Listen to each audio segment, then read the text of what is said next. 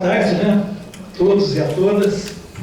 Inicialmente gostaria de agradecer o convite, também louvar o atendimento, a maneira como foi conduzido para que a gente viesse até aqui, dizendo a nossa satisfação, né, de estar participando desse evento. Claro, falar depois da professora Fabrina e do Nelton é uma missão difícil, tá? Mas eu fui convidado para falar sobre o programa Produtor de Água. Se puder colocar na tela para mim, por favor.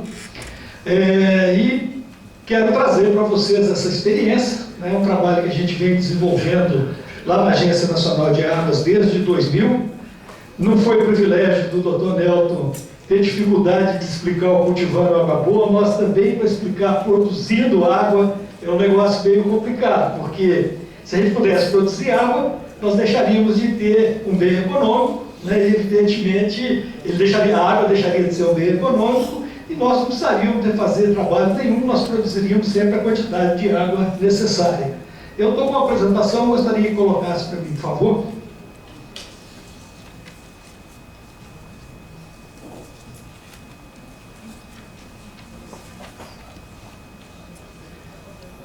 Está em nome de Devanir aí, tá? Devanir.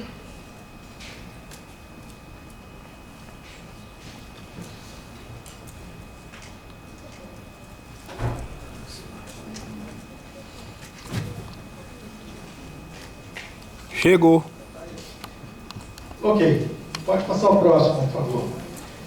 Bom, eu sou da Agência Nacional de Águas. A Agência Nacional é uma autarquia especial, né? Ela é responsável aí pela Política Nacional de Recursos Hídricos e pela implementação do Sistema Nacional de Gerenciamento de Recursos Hídricos. A missão da ANA é implementar e coordenar a gestão compartilhada e integrada dos recursos hídricos e regular o acesso à água, promovendo o seu uso sustentável em benefício da atual e futuras gerações. Próximo. Bom, eu sempre gosto de colocar essa lâmina aqui, o Nelton falou um pouco sobre isso. A gente olha para o capital natural como gerador de capital financeiro, né? É o capital natural que, transformado pelo capital humano, gera um capital financeiro. Mas um dos principais ativos que nós temos no capital natural é a água. E a água é um bem ambiental finito, sem substituto tecnológico, vital para a atividade produtiva, e por ser essencial à vida, é direito universal do ser humano e também responsabilidade do Estado. Ou seja, eu não posso alocar a água, eu não posso fazer a gestão da água puramente por princípios econômicos. Nós temos muitos usos que são socialmente justos, apesar de não serem competitivamente econômicos, e por essa razão nós temos que ter uma sensibilidade maior na alocação das questões da água. Próximo. Tá. Vocês sabem muito bem, né, o Brasil viveu sempre na cultura da abundância. Nós temos aí cerca de 12% da água doce do mundo, se nós pensarmos na água produzida dentro das nossas fronteiras, e chegamos a 18% se considerar uma água que entra principalmente pela região amazônica. Então isso dá uma impressão que nós temos muito próximo. Mas nós esquecemos de dizer que essa água também não está uniformemente distribuída no território. Ou seja, nessa região cinza eu tenho 89% da água, e aqui vive apenas 13,5% da população, e nessa região eu tenho 85% da população, né, que conta com apenas 11% da água. Então isso exige um esforço muito grande de gestão de recursos hídricos. Próximo. E essa gestão é feita como? Essa gestão compartilhada. Primeiro, eu conhecendo o que eu tenho de água. Segundo, identificando os diversos usos que eu tenho dessa água. E através de um grande número de reuniões nos comitês de bacia, eu vou fazer a minha partição. Talvez seja essa a parte que nós estamos esquecendo na gestão. Os nossos planos de bacia, os nossos estudos, nem sempre definem claramente quanta água deve ser utilizada em cada atividade. É preciso eu, no planejamento, estar definido quanta água eu vou usar na indústria, quanta água eu vou usar na irrigação, quanta água vai para o abastecimento humano, porque sem essa visão, a outorga passa a ser um instrumento cartorial. Eu simplesmente te dou outorga porque a água está passando aqui e você precisa de uma quantidade de água. Eu não vejo nessa água que está passando aqui o comprometimento que eu tenho dela com outros usos. Então esse é um problema de distorção. Próximo. Essa gestão compartilhada, ela tem dois componentes muito importantes: a gestão da oferta e a gestão da demanda. A gestão da oferta passa necessariamente pela conservação de água e solo. Nós vamos discutir isso aqui mais intensamente. E a gestão da demanda passa principalmente para o uso racional, né? O deputado colocou no início, nós temos perdas aqui de 50% do nosso serviço de saneamento. Se nós formos ver nas nossas residências, as perdas são altíssimas, né? Pouquíssimas residências têm uma descarga inteligente, ou têm torneiras inteligentes, ou pouquíssimas pessoas se preocupam até mesmo com o tempo de banho. É confortável, o sujeito fica ali 15, 20 minutos, se ele fizesse em 3 ou 4 minutos, ele teria a mesma higiene, né, com um desperdício muito menor. Então, a primeira coisa, fazer o uso racional da água, que não significa usar pouco, significa usar na quantidade necessária, tá? Evitar perdas. E além desses dois componentes, nós ainda temos a questão do reuso, que já foi dito aqui algumas vezes, tanto o reuso dos esgotos domésticos, né, para abastecimento de áreas irrigadas. Hoje nós temos muitos municípios no interior que não tem capacidade de tratamento dos seus esgotos, e não é uma questão só de você ter uma planta. Tá? Você constrói a planta, mas não consegue pagar a tarifa porque você tem um custo alto dividido por uma população pequena. Isso acaba sendo inviabilizado. Então, hoje você pode utilizar, volta um pouquinho, só por favor. Você pode muito bem utilizar essa água com tratamento intermediário, né, e gerar uma oferta de água para irrigação, principalmente no semiárido. Hoje nós falamos de falta de água no semiárido, mas todo mundo, se não tivesse água nenhuma, as pessoas teriam saído de lá. Então, se existem pessoas lá, é porque alguma água está sendo utilizada. E essa água utilizada está gerando efluentes, né, que não estão sendo utilizados, por exemplo, para condução de áreas irrigadas. Ou seja, nós estamos jogando fora a pouca água que nós temos na região. Tá? E, claro, também o reuso urbano. Próximo. Não é bem assim. Bom, falar da questão da gestão da oferta, nós temos que olhar para o nosso espaço rural. Todo mundo sabe que a água é o resultado aí das interações do clima, dos recursos naturais e das atividades humanas. Próximo. E o espaço rural, ele tem uma relevância muito grande nesse contexto hidrológico, né? Os agroecossistemas são fundamentais para a manutenção e revitalização dos aquíferos. Mas é preciso que esse espaço esteja adequadamente ocupado. Né? Eu preciso ter florestas nas regiões onde eu tenho que ter floresta, que são principalmente as áreas de recarga, as margens de rios, né? E preciso ter uma ocupação na área que produz grão e que produz milho, uma ocupação adequada. Eu tenho que transformar essa área produtora de leite, produtora de grãos, numa área também produtora de água. É isso que vai trazer a sustentabilidade às nossas bacias. Próximo. Infelizmente, o nosso espaço rural muitas vezes está dessa forma, né? Mais um, com grandes erosões, né? Observa aqui uma estrada no momento da chuva, né? Quem nunca teve oportunidade de estar numa estrada rural mal conservada no momento da chuva, porque ocorre isso aqui. Próximo. Nós temos que entender um pouquinho o processo físico da erosão. Tá? Mais um. Pode passar? O processo se inicia com a chuva. Se essa chuva cai no solo sem cobertura nenhuma, eu tenho uma erosão violenta. Então, a existência de cobertura vegetal sobre esse solo é fundamental para a contenção do processo erosivo. Mais um.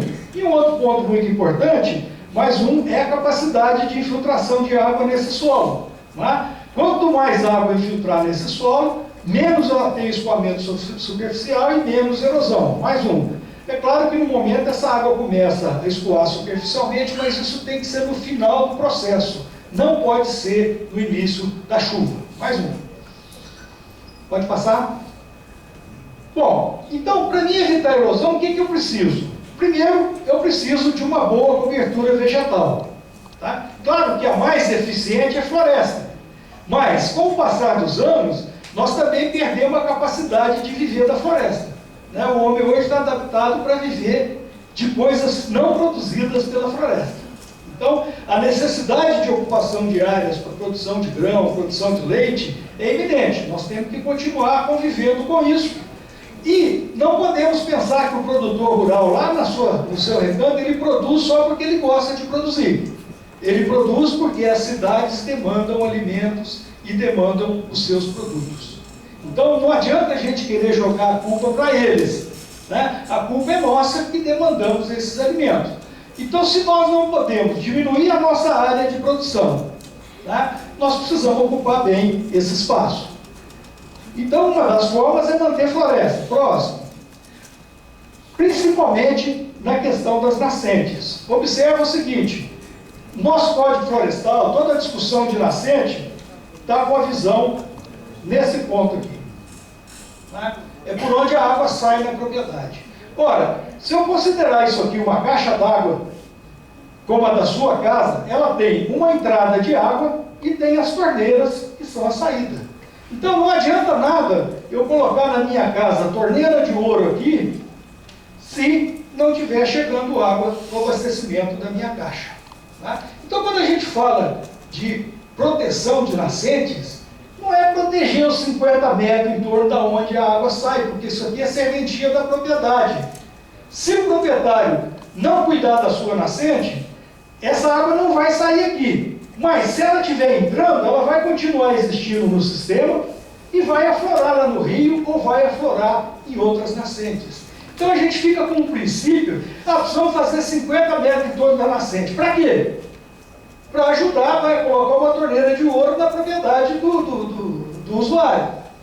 Tá? Mas ninguém olha para a nascente como um sistema. Então, as áreas que precisam ser protegidas e reflorestadas são as áreas de recarga desse sistema. Próximo. Bom, se nós não podemos ter só floresta, nós precisamos ocupar bem nossos espaços. Observa que um café na região do Espírito Santo, plantado certamente no APP, né, a declividade é muito grande, mas esse café é um café adensado, os carreadores estão em nível, eles têm capacidade de retenção, eles têm caixas secas para contenção da água. Então, mesmo uma ocupação totalmente desordenada como essa, pode gerar benefícios do ponto de vista de produção de água. Né? Uma área como essa aqui tem o solo protegido, tem capacidade de captação de água e certamente ela vai aumentar a recarga dos meus aquíferos. Tá? A questão do plantio direto, que já foi dito aqui, mas plantio direto é qualidade, né, Antonio? Porque começando com o plantio direto, hoje você não vê mais terraço, você vai avaliar a matéria orgânica que existe nos plantios direto hoje, ela tem 4, 5 centímetros, a partir daí é solo impermeável, então nós estamos com sérios problemas, mesmo em técnicas avançadíssimas, como a questão do plantio direto. Próximo. Pastagem. Né? Normalmente a gente vai lá, tira a vegetação natural e coloca o gado lá dentro. Né?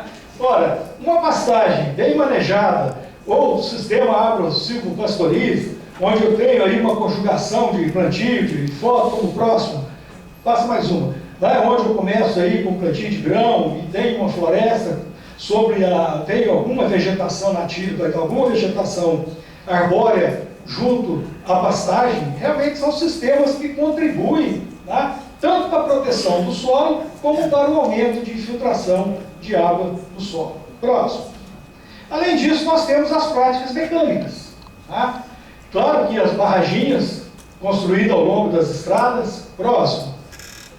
Né, a adequação das estradas, né, observa, normalmente o que a gente faz nos municípios é isso aqui. Eu vou passando a patrol, aí eu tenho aqui um canal, né, a primeira chuva, eu tenho um desastre. Né, o que ocorre é isso aqui, a água vai estar confinada aqui dentro e vai arrastar. E aí ela vai levar o cascalho, vai levar toda a estrutura que eu coloquei dentro, e o pior, o produtor vai ficar sem estrada no momento que ele mais precisa dela, que é quando está chovendo.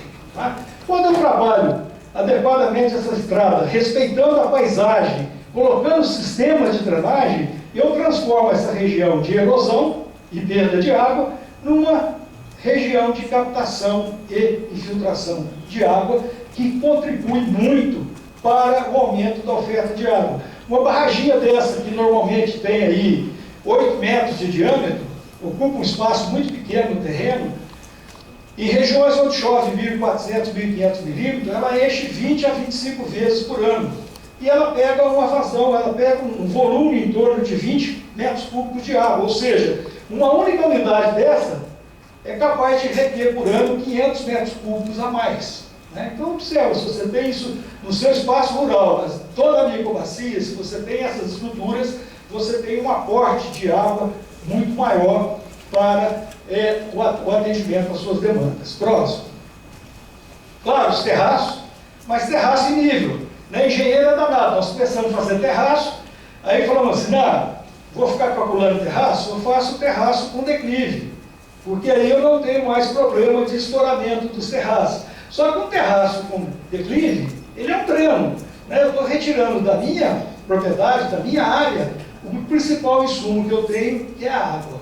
E aí, quando a gente fala de terraço, nós estamos imaginando terraços em nível, terraço capaz de realmente captar e infiltrar essa água, aumentando o tempo de oportunidade de infiltração dessa água no solo. Próximo. Bom, daí então, a partir dessa visão de que a gente pode fazer coisas que modificam o fluxo da água, eu comecei a achar uma explicação, né, por que a gente chamava o nosso programa de produtor de água. Dá um toque, por favor. A gente está acostumado a ver o nosso ciclo hidrológico nessa parte aqui. Quando a água cai no solo, o que acontece? Eu tenho uma infiltração, parte da água vai para o fluxo não saturado, uma redistribuição interna, um armazenamento, e ela volta para a planta. Tá? Outra parte vai para o fluxo saturado, ela percola, vai para o lençol freático, parte do lençol freático até volta para a planta, mas parte da percolação também vai formar o que nós chamamos de nascente, né? Nós vamos ter as nascentes, o restante vai para a água subterrânea. Ou seja, a água que entra pelo ciclo azul é a água que eu posso outorgar, é a água que está reservada no solo e que eu posso utilizar nas atividades econômicas. O restante da água, dá um toque. Mais um. E mais um. Ela escoa rapidamente, vai para os rios e lagos, e do rio e lago vai para o oceano. Mais um. Quando eu vejo essa água que passa pelo ciclo vermelho, que água é essa? É a água que causa enchente e causa erosão. É a água que eu não consegui conviver com ela. Então, a grande produção de água se dá onde? Quando eu utilizo práticas como as que nós acabamos de comentar e transformo boa parte dessa água que passa por esse ciclo, eu faço com que ela se infiltre. E aí eu aumento a disponibilidade de água disponível para ser aplicada nas atividades econômicas, no abastecimento de cidade, nas indústrias, na irrigação e assim por diante. Então aqui eu estou produzindo água para o sistema produtivo. Próximo. Então, independente de onde eu esteja, né, seja na reserva legal, nas áreas de pastagem, nas estradas, eu tenho que conjugar sempre duas coisas. Uma boa cobertura vegetal, seja ela vegetação nativa ou não, tá? Pode ser também culturas, e estruturas que aumentem o tempo de oportunidade de infiltração dessa água no solo. É isso que vai dar o equilíbrio na minha bacia. Próximo. É isso que vai dar o que a gente chama de saúde da bacia. Uma bacia com saúde, ela é capaz de fornecer os recursos naturais que eu preciso dela, sem perder a biodiversidade, sem perder a fertilidade do solo e sem perder o funcionamento ecológico. Ou seja, ela está no equilíbrio dinâmico. Eu tiro dela aquilo que ela precisa, mas no ano que vem ela tem condição de me fornecer novamente esses elementos. Então a busca nossa de convivência com as nossas bacias hidrográficas tem sempre que perseguir esse objetivo. Eu tenho que estar em equilíbrio. Né? E o que estraga muito o meio ambiente é exatamente o imediatismo. Você retira mais do que é sustentável, mais do que ele é capaz de te dar, e depois, na sequência, você fica sem água. Foi falado aqui a questão do sistema Cantareira. Se nós olharmos para o sistema Cantareira, nós temos estudos que mostram que a área de contribuição do sistema Cantareira tem solo para armazenar água para encher o reservatório 30 vezes. Mas você fala, vai ser muito difícil. Tá bom, vamos falar em 10%. Se você conseguir armazenar água nesse solo para encher o reservatório 3 vezes, significa dizer que se ficar 3 anos sem chover, você consegue abastecer São Paulo por 3 anos. No entanto, bastou um período de pouca chuva para que lá secasse. E agora se discute, precisamos aumentar, precisamos fazer a transposição, temos que ir buscar outra bacia. Ninguém para dizer que o solo da bacia do sistema Cantareira está impermeabilizado. Aquelas pastagens degradadas que tem lá, as vegetações que você tirou em solo muito declivosos, se você não fizer um trabalho de parceria com o produtor para melhorar o manejo desse solo, você jamais vai ter sustentabilidade. Você teve um ano bom de chuva esse ano, se o ano que vem chover demais, o reservatório vai encher e vai transbordar, e no dia seguinte da chuva ele vai começar a baixar, como começou esse ano. Porque você não tem o que se chama de alimentação de base. A água não infiltrou para chegar nesse reservatório fora do período de chuva. A única chuva que está chegando é o excesso. Então, equilíbrio é isso. É você ter água reservada no solo para repor aquilo que você está utilizando no período que você necessita. Próximo. Como é que a gente consegue isso? Bom, nós conseguimos isso com serviços ambientais. Né? É com serviços ambientais que eu mantenho a biodiversidade, que eu conservo a qualidade de água, que eu evito o aquecimento global. E essas áreas que produzem serviços ambientais, elas interessam também as propriedades. Né? Por quê? É nessas áreas que esconde os polinizadores, os inimigos naturais das pragas e doenças. Ora, se é bom para todo mundo, por que não existe? Por que ela é destruída? Tá? Então a gente tem que parar e raciocinar um pouquinho. Para você ter essas áreas, isso tem um custo, a manutenção e recuperação dessas áreas tem um custo. Dá um toque, por favor. E a grande pergunta que se faz é quem paga por esse custo? E aí vem um pouco da tragédia dos comuns, né, que a professora citou muito bem, tratou bem dessa questão. Observe o seguinte, todo mundo olha para esses espaços e quer tirar dele o máximo possível. Né? Cada um quer tirar o máximo possível, e como ele estava sendo prejudicado, aí nós começamos a criar leis para que alguns façam aquilo que é obrigação de todos. Então nós criamos lei com o seguinte, você vai cuidar do negócio porque eu preciso tirar mais disso de lá. Né? Eu preciso de mais água, então para mim ter mais água, eu preciso que a propriedade rural adote práticas que aumentem essa água. Bom, mas quem paga isso? Não, é o produtor rural. A lei vai lá e coloca a obrigação para o produtor rural, como se ele pudesse ser um super-homem, né, de resolver todos os problemas que nós todos juntos deveríamos resolver. E aí o pagamento do serviço ambiental, ele traz uma dimensão diferente. Tá? Ele coloca que cada um paga proporcionalmente ao benefício que tem. Isso tem duas vantagens. Uma que você distribui o custo, e outra que você reduz o consumo. Porque agora, como não é o meu vizinho que está cuidando para me usar mais, eu estou pagando pelo tanto que eu uso, eu também agora vou reduzir o meu uso e vou tratar de usar bem. Correto? Então, o pagamento dos serviços ambientais, ele tem uma função muito importante nessa questão. Próximo. O que é pagamento? O professor já falou, são transferências que podem ser financeiras ou não. Tá? E na política nossa é uma inovação. Por quê? Nós tínhamos só o comando e controle. E o comando e controle, a despeito de toda a dificuldade, ele ainda tem um defeito. O controle só chega depois que já aconteceu o problema. Tá? A fiscalização só vai lá depois que já desmatou. Só vai lá depois que já teve problema. Então, isso, e muitas vezes o dinheiro que você recebe pela multa e tudo mais, não é aplicado na melhoria do meio ambiente. Tá? Com o pagamento de serviços ambientais, você começa a criar estímulo para que todos cuidem do espaço. Porque o espaço passa a ser valorizado, ele vai ganhar mais quanto mais bem cuidado estiver esse espaço. Então nós passamos a antecipar os problemas. Eu sinalizo, essa floresta que você tem aqui, amanhã vai valer dinheiro.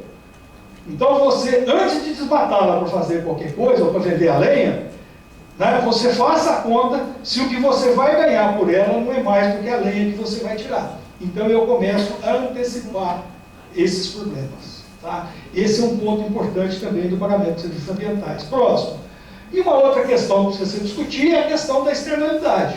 Tá? Se o que eu faço na minha propriedade gera benefício só para mim, não há que falar em pagamento de serviços ambientais. Tá? O pagamento de serviços ambientais ele ocorre no momento em que a minha decisão pessoal de fazer alguma coisa na minha propriedade gera benefício para outros.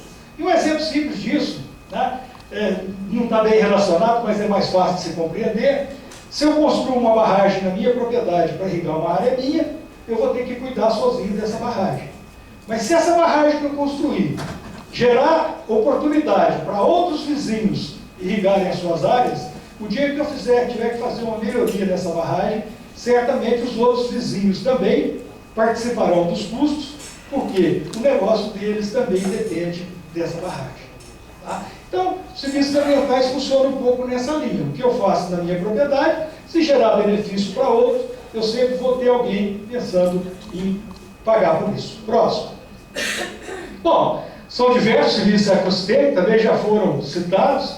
Eu quero só mostrar que nós temos 3, né, que são necessários e fundamentais à vida sobre a Terra, que é a formação do solo, a ciclagem de nutrientes, né, que é a fotossíntese, e a produção primária. Sem esses 3 aqui, não haverá vida sobre a Terra. Então, nós precisamos focar muito as nossas questões em cima desses 3 pontos. Próximo. Então, com essa questão do pagamento de serviços ambientais, a Agência Nacional desenvolveu, né, um programa Produtor de Água. Próximo. Ele é um programa voltado para a melhoria da qualidade da água em mananciais através do incentivo financeiro aos produtores. Próximo. É um programa de adesão voluntária, né? Não adianta eu querer obrigar ninguém a fazer nada, porque é por isso que o comando e controle também não dá muito certo, né? Nós temos que pensar que, ou nós fazemos o que o doutor Neto deu uma aula aqui, conscientizar as pessoas, né? Trazer essas pessoas, sensibilizar, conscientizar essas pessoas para que eles venham aderir ao programa, senão não tem outra forma. Então a adesão é voluntária, né?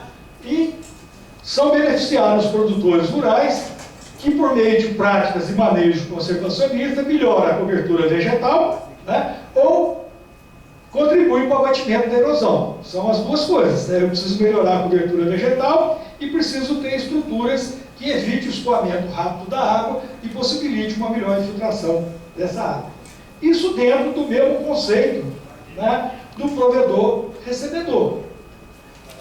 Próximo. A professora fez uma pergunta interessante, né? O que são serviços? Qual é a diferença? Como é que você trata a questão dos serviços ecossistêmicos e os serviços ambientais? Ora, no programa Produtor de Águas, a gente entende que os serviços ecossistêmicos são produzidos pelos ecossistemas naturais. Você tem uma floresta, essa floresta ela gera uma série de benefícios. Ela protege o solo, ela serve de abrigo para os animais, ela melhora a infiltração de água na terra, ela melhora a biodiversidade. No entanto, para ela continuar produzindo esses serviços ecossistêmicos, ela precisa continuar existindo. Tá? E para ela continuar existindo, aí entra a ação humana, que vai cercar essa área, que vai replantar essa área, que vai melhorar a proteção dessa área. Então a gente considera como serviços ambientais o esforço humano de manutenção, recuperação ou melhoria do ecossistema. É isso que é premiado dentro do programa Produtor de Água. Próximo. E é fácil a gente ver, né? O produtor rural, quando ele decide fazer conservação do solo, primeiro, ele reduz a poluição difusa, né? Porque todo adubo que ele coloca, todo defensivo que ele coloca, se eu tenho uma erosão e tenho essa água levando esse sedimento para o rio, eu estou piorando a qualidade da água. Então, se ele faz um trabalho de conservação e essa água não chega mais, né, se ele tem uma boa mata ciliar na beira do rio, ele está melhorando a qualidade da água. E claro, se ele colocou essas estruturas, ele aumenta a infiltração de água na bacia. Ou seja, ele presta um serviço ambiental na bacia. E aí nós precisamos, então, ter um outro tipo de sensibilização e conscientização. Quem usa água precisa entender isso aqui, porque senão vai ficar igual São Paulo, com a Sabesp lá em São Paulo. Né? Nós temos um dos principais projetos nossos, que é lá o de Extrema. Extrema está na cabeceira do abastecimento de São Paulo. A Sabesp nunca colocou R$1 no projeto de Extrema. Tá? E vocês já viram, muitas vezes o Globo Rural fez umas 3 ou 4 reportagens mostrando o trabalho que está sendo feito lá, de aumento da produção de água, e quem que está usando essa água? É São Paulo. Ou seja, eles ainda não foram sensibilizados ou não quiseram compreender que a replicação de um processo como aquele é a grande solução que eles vão ter para o problema de abastecimento. Eles relutam até a apoiar a iniciativa que já existe. Nós fizemos um trabalho dessa vez, eu espero que tenha tido sucesso, né, nessa renovação da outorga. Nós estamos colocando como uma das condicionantes, né, de que a Sabesp invista um pouco na bacia. É um absurdo a gente olhar para nossas contas de água, aí você vai ver como é calculado a tarifa de água. Você tem dinheiro para defensivo, para produto químico, para carro, pessoal, mas não tem um tostão para tratar da água bruta. Um tostão para proteger as nascentes, para proteger o seu manancial. É como se você tivesse dinheiro, você pudesse gerar água. Tá? São Paulo descobriu a duras penas que isso não é possível. Brasília está descobrindo isso agora também, né? E assim por diante. Quer dizer, se nós não tivermos uma boa ocupação do espaço rural, certamente nós não vamos ter água. Próximo. Bom, o objetivo do projeto é melhorar a qualidade de água, né, através do incentivo à adoção de práticas que promovam o abatimento de sedimentação, aumentar a oferta de água, tá, e conscientizar produtores e consumidores da importância da gestão integrada das bacias. Esse é outro problema. Você faz um esforço grande lá no campo para produzir água e depois você chega no ambiente urbano, né? Todo mundo acha que, uns acham que a água veio da torneira, o outro sabe que tem um manancial de abastecimento ali e fala, não, essa água veio lá da barragem e tal, como se essa água brotasse na barragem ou brotasse na torneira. Ninguém para pensar que, se ele ainda está recebendo água na sua casa, é porque uma série de produtores lá na cabeceira do manancial que abastece a cidade dele, ainda ocupa bem o território, ainda protege a área de vegetação nativa, ainda faz o uso adequado do solo. Porque se todos abandonarem essa prática, essa água não vai chegar na sua torneira jamais. Tá? E muitas vezes é engraçado, ninguém sabe disso, não conhece essa pessoa, mas se ele fizer alguma coisa errada lá, e chegar uma notícia na cidade, que a água está contaminada, ou que a água diminuiu porque ele fez algo lá, você ainda vai buscar a polícia, vai lá prender esse cara. Né? Afinal de contas, ele prestou serviço ambiental para você a vida inteira, você nunca pagou ele, mas agora ele não quer prestar mais, você vai mandar prendê-lo. Né? Então, é um pouco diferente. Se nós não pararmos agora e nos conscientizarmos que é o momento da gente ir atrás dessas pessoas e negociar com eles, para que eles continuem prestando esse serviço. Eu posso chegar lá e dizer, olha, se eu te ajudar, você continua prestando serviço? Ele fala, não, continue e posso até melhorar. Tá? Se nós criarmos um ciclo virtuoso desse, de nos organizarmos para motivá-los a melhorar a prestação do serviço, nós certamente vamos ter sustentabilidade no nosso abastecimento. Senão, estaremos fadados a desaparecer. Tá? Porque não vai ter água mesmo. Isso nós já sabemos. Né? Foi dito aqui pelo presidente dos engenheiros, da Associação dos Engenheiros hoje de manhã, né? Interessante ele falar isso, que lá, o Ribeirão, onde ele nadava, e tudo, essa experiência todo mundo pode fazer, até os mais jovens que estão aí com 20 anos. Eu, como já sou jovem há mais tempo, quando eu olho para onde eu nadava, eu fico até com medo como é que eu nadava lá dentro. Fico, o certo era menor do que sou hoje, né? E ainda cabia lá dentro, porque você não tem mais os nossos mananciais, os nossos ribeirões, os nossos lagos, estão desaparecendo. E é por quê? Porque choveu um pouco menos? Ou porque nós estamos tratando mal o nosso solo e não estamos reservando essa água do solo? Próximo. Bom, o produtor de água ele apoia, orienta e certifica aí projetos que visam a redução da erosão, o assoreamento, né? Então ele usa ações aí de conservação do solo, proteção de nascente, proteção de matas ciliares, trabalha no sistema viário, no saneamento rural, na correção de passivos ambientais, no impacto sobre reservatórios e no incentivo aí ao uso múltiplo das águas. É muito importante esse incentivo, essa discussão, para que todos possam se situar dentro dessa questão da água. Próximo. Como é que ele é feito? São parcerias com estados, municípios, comitês de bacia, tá? E a gente tem alguns condicionantes para que seja o programa do produtor de água. Primeiro, precisa de um arranjo local para pagamento de serviços ambientais. Se a sociedade não se organiza para incentivar alguém a melhorar a produção de água para ela, é porque ela está satisfeita com a quantidade de água que ela tem. Não adianta vir alguém de fora, trazer dinheiro e pagar pelos serviços ambientais, porque ninguém vai valorizar aquilo. Se a própria sociedade não paga, não vai ser outro que vai pagar. Então, primeira condição, você tem que ter um arranjo local para pagamento desses serviços ambientais. Segundo, uma remuneração proporcional. Quem produz mais serviços recebe mais. Você tem que ter um sistema de monitoramento para você pagar efetivamente o que está sendo produzido, né? Você tem que ter um estabelecimento de parcerias. O fato de eu ter o produtor como parceiro atrai uma série de parceiros. E eu vou mostrar isso para vocês num exemplo aqui da própria Bahia no final, né? Os projetos do Programa Produtor de Água, normalmente eles têm 15, 20 parceiros que são financiadores, fornecedores de serviço, de assistência técnica e assim por diante, produtores de muda, tá? A assistência técnica é fundamental, porque também como é que eu quero que muda se eu não levar uma orientação adequada para as pessoas, tá?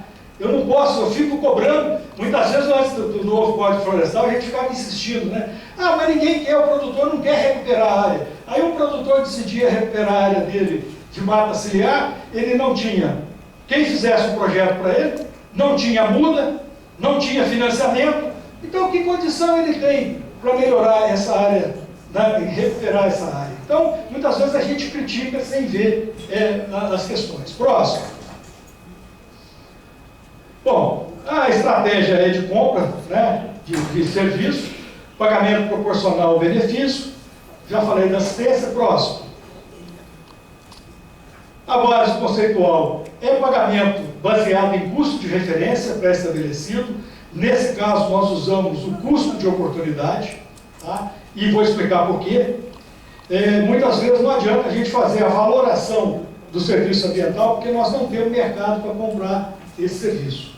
Então, o arranjo que nós fizemos no Programa Produtor de Água foi envolver uma série de parceiros financiadores, de maneira que nós ajudamos o produtor a fazer aquilo que precisa ser feito, né? Um financia o cercamento, o outro fornece as mudas, nós fornecemos assistência técnica, o outro fornece máquina para executar as ações, né? E com isso a gente consegue recuperar a bacia hidrográfica. E o produtor, na verdade, o que ele recebe é aquilo que ele deixa de ganhar ao ceder a área dele, por exemplo, para a implantação de uma floresta. Porque aí ele fazia algum uso, por mais precário que fosse, e agora ele não vai ter mais essa renda. Então a gente paga para isso. E muito importante ele receber serviços ambientais, porque ele é o guardião da área. Ele está lá todo dia. Não adianta, mesmo que eu tenha alguém pago para fazer as capinas lá nas mudas que eu plantei, eu tenho 20, 30 propriedades, eu vou seguir uma sequência.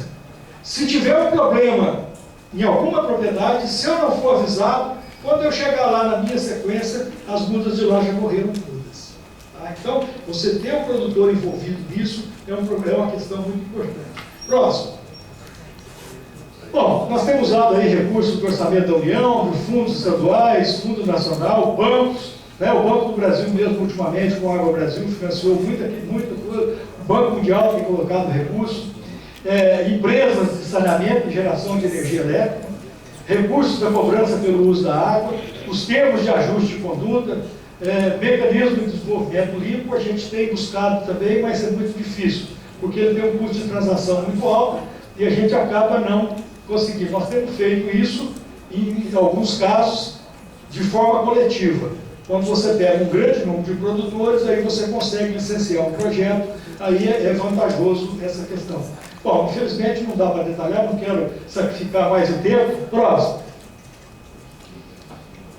Bom, nós temos uma estrutura. É importante dizer que pagamento por serviços ambientais é uma questão econômica, né? Então, se eu não tiver um bem ambiental envolvido, não há no que se falar em pagamento por serviço ambiental. Muitas vezes a pessoa fala, mas a Amazônia... Não, tudo bem.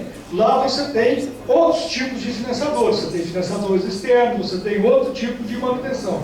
Mas, do ponto de vista de água, o programa só se envolve bem onde você tem falta ou escassez de água. Tá? Porque senão ninguém está disposto a investir em produção de mais água. Infelizmente, nós somos bem imediatistas nessa questão. Então você tem que elaborar um diagnóstico socioambiental, engajar aqui os produtores rurais, isso é fundamental, né? E a partir daí você cria um suporte ao pagamento de serviços ambientais, que normalmente é um fundo local. A professora se referiu lá ao projeto de lei que está no Congresso sobre pagamento de serviços ambientais. Ele não anda por uma razão muito simples. Criar um fundo. Agora, eu não sei para que um fundo nacional de pagamento de serviços ambientais. Qual fundo no Brasil que funciona bem? O Fundo Clima? Fundo Amazônia? Você pega esses fundos, tem um mundo de dinheiro e, quando muito, você financia uma meia dúzia de estudos. Como eu digo lá na minha terra, você não planta nem um pé de coentro com esse dinheiro. Então, na verdade, você faz estudo e acaba não resolvendo nada. Então, os fundos eles precisam ser locais. E eu vou dar um exemplo disso aqui ao final. Bom, a partir daí você vai lançar edital, celebrar contrato com os produtores, vai ajudar a implantar as ações, vai verificar as metas e vai fazer o pagamento. E claro, você vai fazer um monitoramento da sua bacia para mostrar como esses recursos foram utilizados. Próximo. Nós temos hoje aí 38 projetos desses desenvolvidos no Brasil, abrangendo uma área de 400 mil hectares. 7 deles estão em regiões metropolitanas de abastecimento das capitais. Né? Tem uma população impactada aí em torno de 35 milhões de pessoas, e só a ANA já investiu 35 milhões nesse projeto. Só que a ANA não investe mais do que 20% do valor do projeto. Né? Nós temos isso como limite, porque a ideia é fomentar, sim, é buscar parcerias, mas a sociedade tem que se empoderar e tem que se organizar para desenvolver essa atividade. Bom, próximo. Nós temos aí uma distribuição, esses projetos nós temos um na região norte, temos um na região nordeste só, aliás, temos 2 na região nordeste, porque um está na Bahia, e eu vou focar um pouco em cima desse aqui, tá? E os projetos estão mais ou menos aqui na região das nascentes. Próximo. Bom, vamos falar agora, então, de um caso que está acontecendo na Bahia. Pode passar o próximo. Vamos falar do projeto de Ibirapitanga. Está aqui o Rony, que é da UCT, está o pessoal lá da Prefeitura de Ibirapitanga. Depois você, no final, vão fazer contato com ele, porque eu convido a Assembleia Legislativa a ir conhecer esse projeto, né? Convido os presentes aqui, façam contato com ele, vão conhecer isso, porque efetivamente vale a pena. Né? A Prefeitura de Ibirapitanga, ela, através da Lei 864 de 2014, ela instituiu uma política de pagamento dos serviços ambientais e criou um Fundo Municipal de Pagamento dos Serviços Ambientais. Aqui sim funciona. Esse fundo ele tem 30 mil reais por ano, mas ele é capaz de incentivar a produção de muitos serviços, como vocês vão poder ver na sequência. Tá? Então, um fundo local focado na ação funciona. Um fundo nacional não serve para nada, a não ser que ele fosse um equalizador. Né? Se eu tivesse dinheiro lá no Fundo Nacional, eu poderia nesse momento dizer, bom, se Ibirapitanga coloca 30, eu pego do governo federal e coloco mais 100. Como equalizador, sim, mas como gerador de demanda, eu vou gerar falsas demandas, porque quem tiver mais acesso, for mais amigo dos controladores do fundo, vai ter o seu quinhão, enquanto aqueles projetos que efetivamente precisam, aquelas iniciativas locais dificilmente terão. Tá? Então, esse é um ponto. Observa que esse projeto aqui, a bacia que nós estamos falando, é essa subbacia do Oricó, é o afluente do Rio de Contas. Tem 8 municípios envolvidos aqui dentro, se vocês verem pelo recorte aqui, ó, cada um disso aqui é um município. Tem 8 municípios envolvidos nessa subbacia. Quer dizer, uma subbacia lá então, assim, cada próxima do tamanho dela, tem 8 municípios. Próximo. 44 mil hectares, 8 municípios. Tá? Ela está dividida em 7 microbacias, 9 microbacias, né? Está aqui nominada o tamanho delas. Próximo. E aqui está a distribuição. Nós temos temos 36 projetos sendo trabalhados aqui dentro, tá? A relação deles aqui. Essa apresentação eu vou deixar com vocês também, depois cada um pode ver isso com mais detalhe. Tá? Próximo. Observa, numa região linda como ali o sul da Bahia, na APA do Pratigi, infelizmente a gente ainda encontra isso. Tá? Um terreno sendo trabalhado morro abaixo. Agora, você vai culpar as pessoas? Nós temos que culpar o sistema. A assistência técnica tinha que atingir esse cara, nós tínhamos que criar incentivos para ele adotar boas práticas. Ele faz isso, não é porque ele não gosta da terra dele, ou ele tem raiva do pessoal que precisa da água que está produzida lá dentro, não. Tá? Isso a gente tem que ter essa consciência. A gente critica muito, mas nós precisamos ter essa consciência. Próximo. E aí, quando a gente observa, ó, do lado de cá eu tenho a propriedade trabalhada. Do lado de lá, olha lá. Está vendo? Uma pastagem totalmente degradada, com uma série de problemas. Tá? Então nós temos que ter um objetivo, nós temos que trabalhar essas áreas como um todo. E esse é o esforço que está se fazendo lá dentro. Próximo. Aí já é uma propriedade mais adequada, com a estrada, nós vamos ver algum detalhe. Próximo. Bom, aqui, para cada propriedade, a gente faz o PIP, que é o projeto individual da propriedade. Observa que as curvas de nível foram planejadas, as estradas foram identificadas e foram trabalhadas. Né? Aqui eu tenho toda a parte de recuperação florestal, correto? E com isso eu consigo fazer uma adequação dessa propriedade. Próximo. Como é que isso foi feito? Olha quantos parceiros nós temos, né, lá nesse projeto. Prefeitura Municipal de Pirapitanga, Fundação da Brecha, Organização a OCT, a Casa da Família das Águas, Familiar das Águas, Agência Nacional de Água, Fundação Boticário, Consórcio Intermunicipal, o CEAPRA, Ministério Público, Universidade Estadual de Feira de Santana, Instituto Federal de Educação, Sindicato dos Produtores, Serviço Nacional, né, o Senar, Bahia, Associação dos Municípios, SAMUC, e a Associação Comunitária Joaquim da Mata, a CGM. Então, esse grupo se organizou, cada um colocou à disposição os insumos que tinham e nós conseguimos fazer alguma coisa. E vamos poder fazer muito mais, né, se outras entidades se agregarem a isso. Aproveitar o sucesso que está sendo isso lá e alocar recursos para novos investimentos. Próximo, em linhas gerais, só quero falar alguma coisa. Ó, estão sendo trabalhadas nesse momento as microbacias do Buritis, Rio Meio da Gata, Jacuba e Meia de Oricó. Né? Já foram lançados 3 editais, tem 23 produtores contratados e 12 cadastrados, né? A meta era de 40, nós estamos aí com 35 já, mas tem um potencial de 90. Quer dizer, tem espaço para muita gente que queira entrar e queira ajudar nessa tarefa. Né? Já tem 400 hectares de conservação, tem 80 nascentes restauradas, que foi feito com recurso do Ministério Público. Muitas vezes o Ministério Público multa, recebe o recurso e ele vai aplicar onde? Vamos aplicar em ações de recuperação do meio ambiente. Tá? O Ministério Público tem sido um grande parceiro nosso.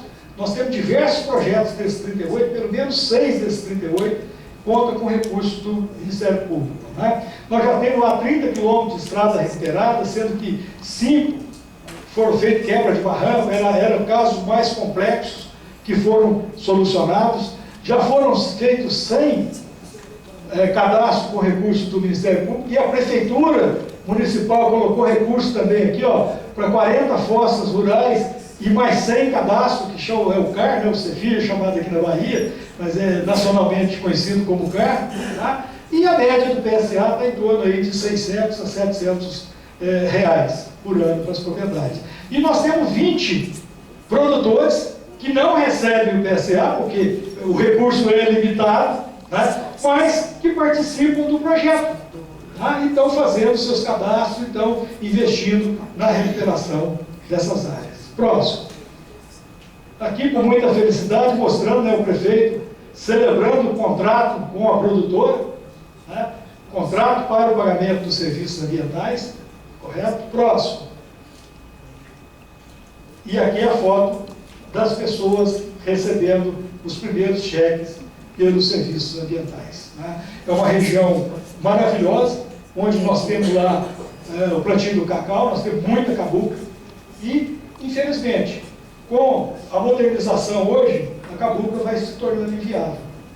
Né? Se você não criar incentivos para a manutenção, para a proteção desse ambiente, para que aquela despesa que ele tem, que ele receba pelo compromisso ambiental que ele tem ali dentro, ele vai abandonar, ele vai preferir ir no banco financiar, arrancar tudo aquilo ali e fazer um hectare de cacau que rende muito mais. E a sociedade vai ter um prejuízo imenso com relação a isso. Então, eu, novamente, encerrando a minha fala, quero concluir, próximo, quero concluir convidando as pessoas que estão participando desse evento, que vá até Ibiratã, reviva, né, participe desse trabalho que está sendo feito lá, e nós vamos ver que a Bahia tem muito futuro. Tá? Nós temos possibilidade de replicar esse projeto em diversas outras regiões da bacia, precisamos para isso só que nos organizemos melhor. Próximo. É o que eu tinha para falar com vocês, aí eu agradeço aí pela atenção.